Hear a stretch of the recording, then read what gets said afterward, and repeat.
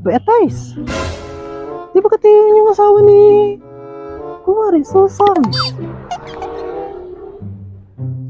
Eh, sino na kayang nilalandi ng asawa ni Kumari Susan?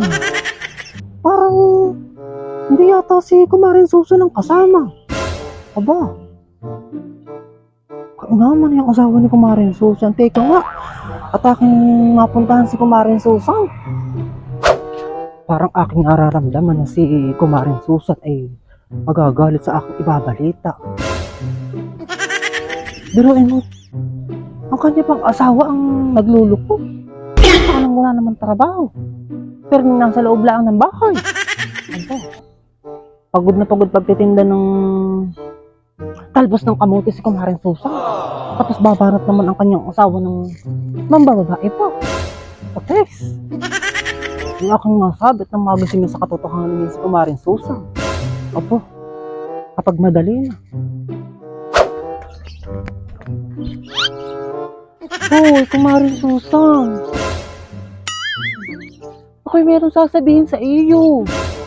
Pero huwag kang mabibigla, Hami. Huwag kang mabibigla. Kumari, nakita ko yung asawa mo doon sa kanto. Ay, may kasamang babae. Hindi ko na pati kilala kung sino. At nakatalikod, Mari. Diba? Oh, Mari. Wala ka malang kare-reaksyon sa sinabi ko. Atais! Eh, sabi mo wag ako mabibigla. Kaya hindi ako nabigla, Mari.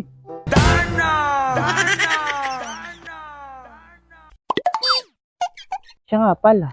Sabi ko nga pala huwag kang magugulat, Mari. Eh, ano nga, Mari? Hindi ka malang baga nagagalit na nakita ko yung asawa mo doon? Na may kasamang ibang babae? Ikaw eh, wag basta-basta nagpapaniwala sa nakikita ng iyong mga matang sinungaling.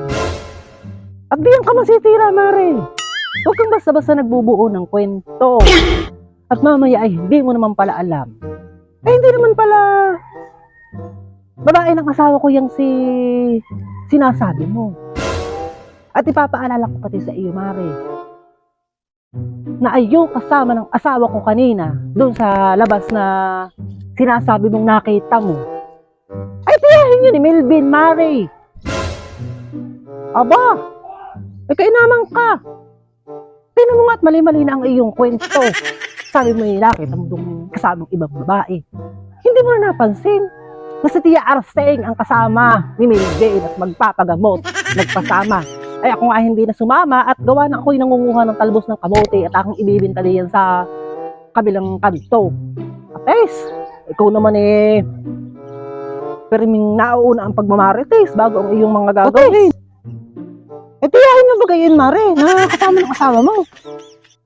Eh, akala ko naman eh kung sinong kasama ng iyong asawa. Pasensya ka na, Mare. Ako pala eh, nag-over ano lang.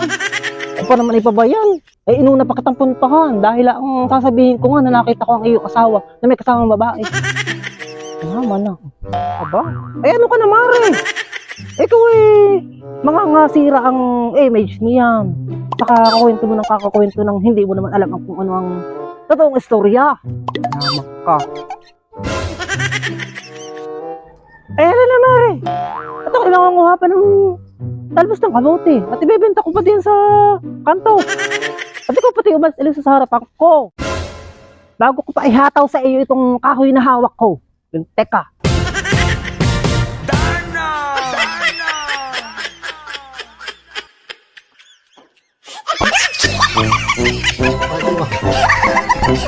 Sorry.